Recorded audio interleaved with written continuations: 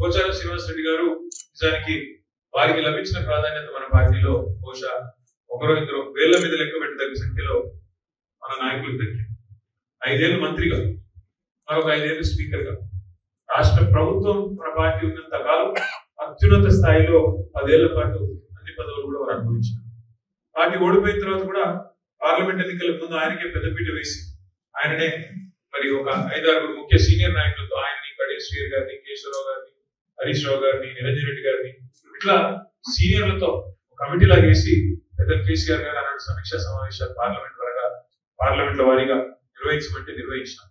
అప్పుడు కూడా అందరికంటే ఎక్కువ గట్టిగా మాట్లాడి పోచారం కాదు, ఏం కాదు ఇట్లాంటి చాలా చూసినాం, తప్పకుండా మళ్ళీ తిరిగి మనం ఒక గోడకి పంతి కొడితే ఎంతైతే వేగంగా ఎందుకు వస్తాం అంతకంటే వేగంగా వస్తాం మేము అని చాలా గొప్పగా చెప్పింది పోచారం. అట్లాగే కేసీఆర్ గారు తిమ్మాపూర్ లో ఉండే తిరుమల తిరుపతి దేవస్థానానికి వచ్చినప్పుడు ఆ రోజు అందరి ముందు ప్రజల ముందు కట్టే కాలే వరకు మీ నాయకత్వంలో నడుస్తామని మాటించి దేవుడు సాక్షిగా మన పెద్ద ఆయన ఎందుకు మాట తప్పినారో నాకు తెలియదు. కానీ మొత్తానికి ఈ రోజు కాంగ్రెస్ పార్టీలో చేరినారు. వాళ్ళ దురవస్థ ఏంటి అంటే పోచారం గారిని ఆయన ఇవాళ ఏ పార్టీలో ఉన్నారు మీరు అని చెప్తే విలేకరులు అడిగితే చెప్పుకోలేని దురవస్థలో ఉన్నాడు. ఎందుకు? ఒకటే కారణం, ఇవాళ స్పీకర్ గారి దగ్గర విచారణ జరుగుతుంది. డిస్క్వాలిఫికేషన్ పిటిషన్ ఎదుర్కొంటున్నారు. ఎమ్మెల్యే పదవి పోతుంది ఈ కాంగ్రెస్ లో ఉన్నా అంటే, అందుకే ఇంకా టీఆర్ఎస్ లో ఉన్నా అని చెప్తున్నారు వచ్చి స్పీకర్ గారి దగ్గరికి వచ్చి. కానీ ఒకటి మాత్రం పక్కా, ఇవాళ ఆయన ఏం చెప్పినా ఎన్ని రకాలుగా తిమిని పంపిణీ చేసే ప్రయత్నం చేసినా రాబోయే 6 నుంచి 9 నెలల కాలంలో బాన్స్వాడలో ఉప ఎన్నిక వచ్చేది ఖాయం.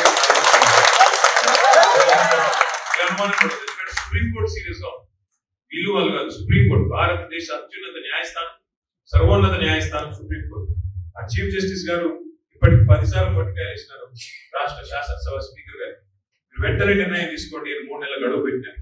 మరి 3 నెలల గడువు కూడా ముంచుకొస్తుంది. మొన్న జూలై ఆఖరిలో పెట్టినారు, ఆగస్టు అయిపోయింది, 1 నెల అయిపోయింది, ఇంకో 2 నెలల్లో స్పీకర్ గారు కూడా నిర్ణయం తీసుకోవాలి. వాస్తవం ఏంటంటే కాంగ్రెస్ ప్రభుత్వం వచ్చిన తర్వాత 21 నెలలు నిండి, ఈరోజు 5వ తారీఖు అనుకుంటాం, 2 రోజులు అయితే 21 నెలలు నిండి 22వ నెలలో అడుగు పెడతా ఉంది.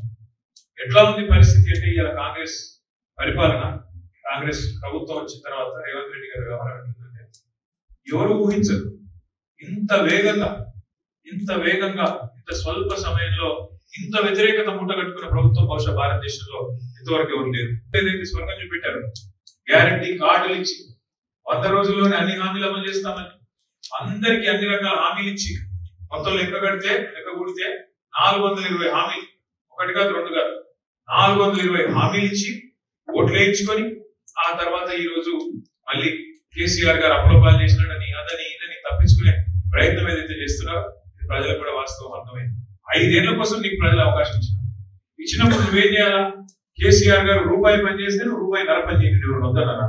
కేసీఆర్ పేదవాడికి 1000 రూపాయలు ఇస్తే 2000 రూపాయలు ఇచ్చే ప్రయత్నించి వద్దని లేదు. కేసీఆర్ గారు బాన్స్వాడలో 11,000 ఇల్లు కడితే 22,000 ఇల్లు కట్ట వద్దన్నారు ఎవరు? అట్లా ఉండాలి. కానీ తెల్లారి లేస్తే ఒకటే మాటల దాడి, బూతులు, ఇష్టం వచ్చిన తిట్లు, ఇంకా దాన్ని తప్పించుకోవడానికి గ్యారెంటీలు ఇచ్చి తప్పించుకోవడానికి చేతగాని మాటలు. నా రిక్వెస్ట్, నా ప్రార్థన అందరితో ఏమంటే ఇవాళ పోచారం శ్రీనివాస్ రెడ్డి గారు ఒక బలమైన నాయకుడుగా బాన్స్వాడలో మీకు కనిపించవచ్చు. శ్రీనివాసరావు గారు చెప్పినట్టు ఎప్పటికప్పుడు అందివచ్చిన అవకాశాలని తెలివిగా చాకచక్యంగా వాడుకుంటూ ఎదుకోవచ్చు. కానీ ఇవాళ ఆయన ఉన్న పార్టీ కానీ ఆయన ఉన్న పరిస్థితి కానీ చాలా దయనీయమైన పరిస్థితి. వాస్తవంగా చెప్తా ఉన్నాం ఈ మాట. ఎందుకంటే వాళ్ళు శ్రీనివాస్ రెడ్డి గారు ఏమైనా పట్టుకొని 40 ఏళ్ల రాజకీయ జీవితం తర్వాత ఏ పార్టీలో ఉన్నారు మీరు గొట్టం పెడితే చెప్పుకోలేని దురవస్థలో ఉన్నాడు ఆయన. మీరు ఇవాళ గల్లా ఎగరేసుకొని చెప్పొచ్చు, తెలంగాణ తెచ్చిన పార్టీ తెలంగాణ.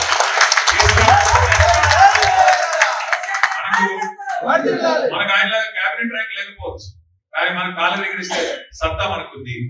మనం ఇవాళ ఆయనలాగా అధికార పార్టీలో లేకపోవచ్చు, కానీ గర్వంగా చెప్పుకోవచ్చు ఈ గులాబీ జెండానే తెలంగాణకి శ్రీరామ రక్ష, ఆ పార్టీలో కేసీఆర్ లాంటి నాయకత్వంలో పనిచేస్తున్నామని చెప్పి గర్వంగా చెప్పిన అవకాశం. దయచేసి నేను కోరేది ఒకటే, మిమ్మల్ని ఆలోచించుకొని కోరేది కూడా ఒకటే, మిత్రులందరికీ కూడా బాన్స్వాడలో చెప్పేది కూడా మనం ఈ రోజు నిజంగా కూడా ఇది ఒక అరుదైన సందర్భం. ఇంకా 3 ఏళ్ళు అధికారం కాంగ్రెస్ పార్టీ, కానీ శ్రీనివాసరావు గారు కానీ ఇంకా శ్రీనివాస్ గారు కానీ రత్నకుమార్ గారు కానీ ఇంకా పెద్దలందరూ కాంగ్రెస్ లో కొనసాగే అవకాశం ఉండగా, ఇన్ని రోజులు కాంగ్రెస్ లో కష్టం చేసి ఇప్పుడు అవసరమైతే ఫలాలు అనుభవించే ఒక అవకాశం ఉండగా దాన్ని వదులుకొని అంజిరెడ్డి గారు కానీ వదులుకొని వద్దు మాకు వద్దు, ఇంకా 3 ఏళ్ళు మీరు కష్టంలో ఉన్నా మీతో పాటు నడుస్తూ వస్తున్నారంటే నిజంగా ఇది మొత్తం రాష్ట్రానికి నాకైతే అనిపిస్తా ఉంది. బాన్స్వాడలో కూడా మీ అందరి చేరికతో ఇదివరకు కంటే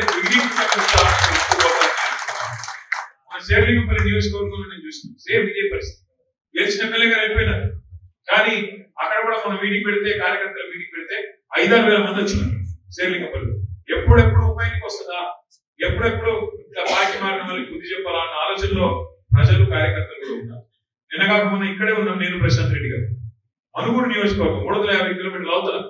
అక్కడ నుంచి 300 మంది కాంగ్రెస్ నాయకులు, అధికార పార్టీ వాళ్ళు 300 మంది, ఇంకా 3 ఏళ్ళు అధికారం ఉండగా దాన్ని వదులుకొని 350 కిలోమీటర్లు ప్రయాణం చేసి వచ్చి ఉదయం 3 గంటలకు లేచి ఇక్కడికే వచ్చి కండువాలు కప్పుకొని ఖచ్చితంగా మేము కొట్లాడతాం, మళ్ళీ తెలంగాణ మనం కేసీఆర్ గారి చేతుల్లో పెట్టాలి అని మాకు స్ఫూర్తినిచ్చి ఉత్సాహాన్ని ఇచ్చి విశ్వాసాన్ని చెప్పి మీరు పోతా ఉన్నారు. నార్మల్ కోర్స్ లో అయితే నాయకులు కార్యకర్తల ఉత్సాహాన్ని నింపే ప్రయత్నం చేస్తారు. ఇక్కడ రివర్స్ మీరు వచ్చి మాకు చెప్తున్నారు, మీరు బాగా చేసుకోకండి, మీరు చేసుకోకండి, మేమున్నాం, మీరు భయపడతారు, మేము చూసుకుంటాం కదా, మీరు రండి, మీరు బాన్స్వాడకి, మీరేం చేయక్కర్లేదు, మీరు రండి, మేము ఉంటాం, మేము చేస్తాం అంటున్నారు. నిజంగా కూడా మీ స్ఫూర్తికి హృదయపూర్వకంగా